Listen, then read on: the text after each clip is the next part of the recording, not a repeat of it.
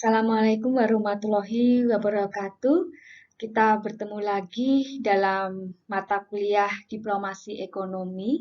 Untuk pertemuan kedua ini, kita akan membicarakan tentang faktor pembentuk diplomasi ekonomi. Ketika kita bicara mengenai faktor pembentuk diplomasi ekonomi, pastinya di sini ada beberapa hal yang perlu diperhatikan, ya. Jadi dalam hal ini, ketika bicara mengenai faktor diplomasi ekonomi, kita pastinya akan melihat bagaimana negosiasi, ya. Negosiasi itu akan melibatkan interaksi berbagai pihak dengan preferensi yang berbeda-beda. Jadi dalam hal ini pastinya negara memiliki kepentingan tersendiri, kemudian ada private sector yang mungkin juga memiliki tujuan dan kepentingan sendiri, maupun stakeholders yang lain yang juga memiliki kepentingan berbeda satu dengan yang lainnya. Selanjutnya, seperti juga penjelasan kepada waktu pertama, ya, kuliah pertama, bahwa bagaimana lingkungan internasional itu juga berpengaruh terhadap pengambilan keputusan dan negosiasi. Jadi di sini contohnya adalah terkait bagaimana perkembangan di pasar. Selanjutnya juga bagaimana kepentingan memainkan peran penting dalam membentuk preferensi para pihak dalam negosiasi apapun. Jadi dalam bentuk negosiasi di diplomasi ekonomi pasti akan dilatar belakangi oleh berbagai macam kepentingan. Selanjutnya adalah yang kedua mengenai relative economic power. Apa itu relative economic power? Nah, dalam hal ini, ketika bicara mengenai relative economic power, maka hal ini akan menekankan kepada kemampuan untuk membentuk agenda dan mempengaruhi hasil negosiasi. Jadi dalam hal ini, bagaimana kekuatan ekonomi yang dimiliki itu lebih menekankan kepada seberapa besar kemampuan di dalam membentuk agenda yang ada di dalam negosiasi itu, sampai kepada akhirnya mempengaruhi hasil dari negosiasi, dan dalam hal ini adalah bagaimana kesepakatan yang lahir nantinya itu bisa merefleksikan kepentingan-kepentingan yang ada di dalam negosiasi tersebut, ya. Bisa saja kepentingan dari negara mitra ataupun kepentingan dari negara yang lain, ya. Jadi dalam hal ini dapat dikatakan bahwa ketika bicara relative economic power, terkadang kita melihat bahwa biasanya negara yang memiliki kemampuan ekonomi yang semakin besar, maka akan cenderung memiliki kapasitas administrasi negosiasi yang baik, ya, yang baik, serta kemudian juga terkadang bagaimana konsolidasi dengan pemangku kepentingan itu juga bisa berjalan lebih baik dengan pemerintah misalnya dalam hal ini. Jadi bagaimana kekuatan ekonomi itu menjadi sangat penting dalam hal ini. Selanjutnya, ketika bicara mengenai tadi relative economic power, di sini realisme misalnya didasarkan bahwa pada asumsi bahwa negosiator itu akan memperhatikan keuntungan relatif, dengan kata lain, distribusi manfaat daripada keuntungan absolut ketika semua pihak mendapatkan tetapi tidak harus dalam ukuran yang sama. Jadi dalam hal ini realisme menekankan pada adanya keuntungan relatif, ya. Jadi melihat bahwa negosiator itu pasti akan mendapat semacam keuntungan relatif, ya. Jadi dalam hal ini memang dapat dikatakan bahwa ketika melakukan negosiasi, ya, ketika melakukan negosiasi, tentu saja tidak semua pihak yang terlibat itu akan memperoleh keuntungan yang sama besar, ya, itu dalam pandangannya. Nah, selanjutnya di sini misalnya realis memberikan contoh bagaimana misalnya pembentuk debat kebijakan mengenai hubungan ekonomi dengan Cina. Misalnya gitu, ya, terdapat keuntungan yang tidak proporsional dari perdagangan internasional dan ini memberikan peluang bagi peningkatan kekuatan Cina. Jadi bagaimana melihat kondisi, ya, kondisi pasar internasional yang saat ini, ya, kondisi ekonomi internasional saat ini, bagaimana fenomena-fenomena yang terjadi ternyata telah memberikan keuntungan tersendiri bagi Cina untuk memaksimalkan atau dalam hal ini meningkatkan potensi ekonomi yang dia miliki, ya. Selanjutnya, dalam hal ini akan berbeda dengan pandangan liberal, ya. Jadi dalam hal ini liberal melihat bahwa dengan adanya liberalisasi perdagangan dengan Cina, misalnya, kalau dari tadi sisi yang tadi kan sebelumnya bahwa Cina memiliki semacam potensi untuk memaksimalkan keuntungan ekonominya ya dalam kondisi ekonomi internasional yang ada.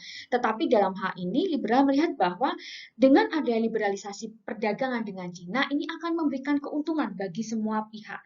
Dan dalam hal ini liberal tidak akan melihat distribusi keuntungan relatif tadi. Jadi dia tidak akan melihat adanya distribusi keuntungan relatif dalam arti bahwa keuntungan yang diperoleh itu tidak akan sama.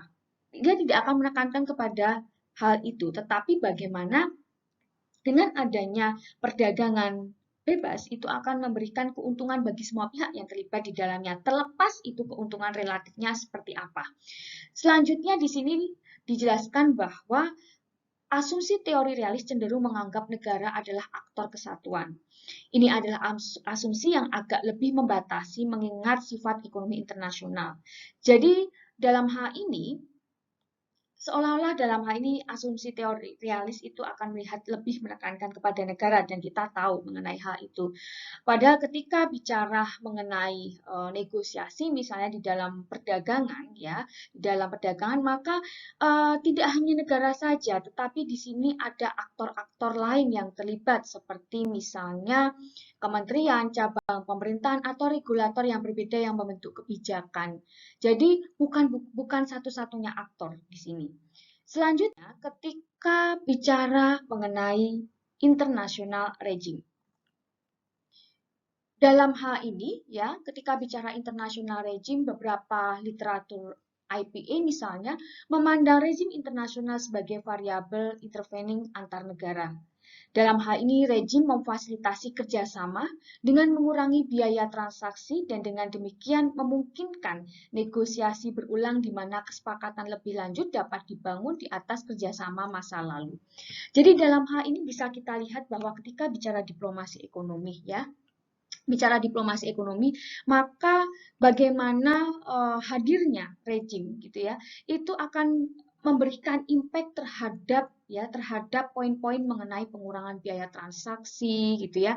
Dan biasanya ketika terjadi negosiasi pun negosiasi ini juga tetap akan melihat kerjasama yang sudah ada sebelumnya ya. Jadi negosiasi itu sebenarnya ketika bicara negosiasi perdagangan gitu ya, mengenai perdagangan bebas itu pasti akan melihat kerjasama yang sebelumnya seperti apa sih dengan negara mitra. Kenapa kemudian kita perlu melakukan negosiasi perdagangan? Selanjutnya juga negosiasi itu tidak hanya terjadi pada saat kesepakatan itu terjadi.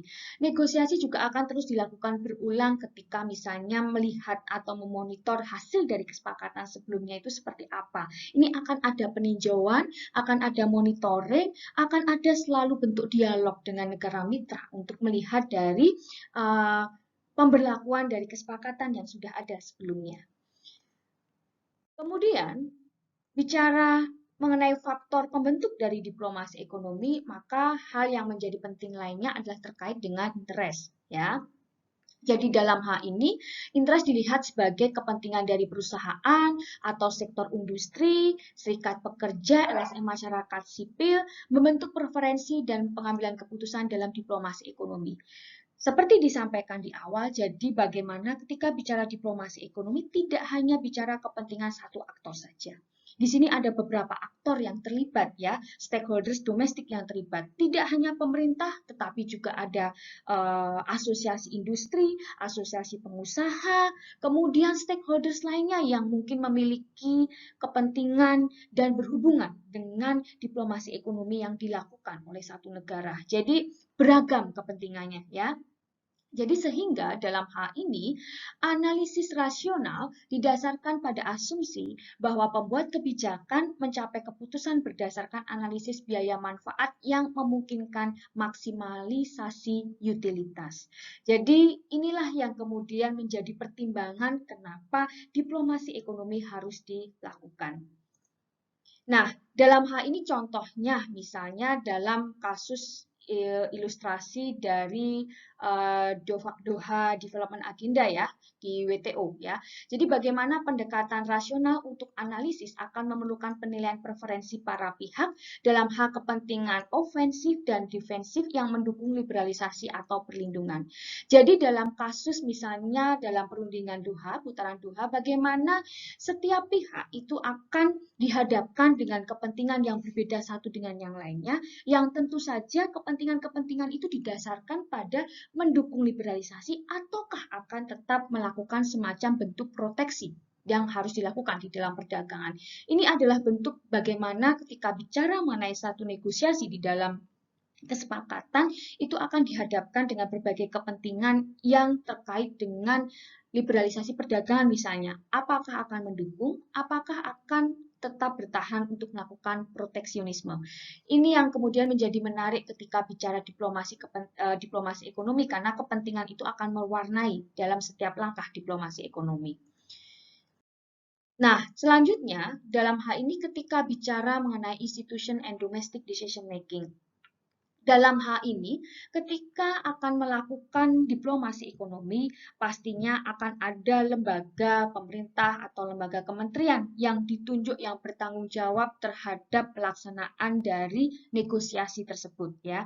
Meskipun di dalam negosiasi itu juga melibatkan semua unsur pemerintahan, tetapi dalam hal ini biasanya ada yang bertindak sebagai pemimpin di dalam negosiasi terkait dengan satu bidang misalnya. Jadi dalam hal ini tentu saja dapat dikatakan bahwa ini akan terkait dengan tujuan dari negosiasi ini terkait sektor apa, bidang apa, nah itu nanti akan ada lembaga yang bertanggung jawab dalam hal ini. Selanjutnya, ada faktor yang lainnya adalah terkait dengan faktor ide ya. Nah, dalam hal ini ketika bicara mengenai ideational factors gitu ya. Di sini dapat lihat bahwa keputusan dalam diplomasi ekonomi akan diambil dalam kondisi rasionalitas terbatas. Akan ada ruang lingkup untuk ide atau keyakinan untuk mempengaruhi hasil. Jadi dalam hal ini tentu saja tidak hanya bicara kepentingan tetapi ada semacam gagasan, keyakinan bagaimana cara untuk mempengaruhi hasil dari diplomasi ekonomi itu sendiri. Jadi ini bisa dilihat dari berbagai literatur konstruktivis tentang hubungan ekonomi internasional memberikan dasar teoritis untuk studi ide ataupun keyakinan. Jadi dalam hal ini yang sangat perlu kita perhatikan bagaimana faktor-faktor pembentuk diplomasi ekonomi itu menjadi sangat penting ya untuk diperhatikan. Ya. Jadi dalam hal ini, sekali lagi dalam perkuliahan pertemuan kedua ini, kita ketika bicara mengenai faktor pembentuk diplomasi ekonomi, maka tidak akan terlepas tadi seperti ada lingkungan internasionalnya, kemudian bicara kepentingannya, kemudian bicara aspek-aspek lain ya, aspek-aspek lain yang tentu akan berpengaruh terhadap jalannya diplomasi ekonomi, termasuk tadi bagaimana lembaga yang istilahnya bertanggung jawab terhadap diplomasi ekonomi ini sendiri. Tentunya ini akan tergantung pada ruang lingkup dari diplomasi ekonomi yang akan dijalankan.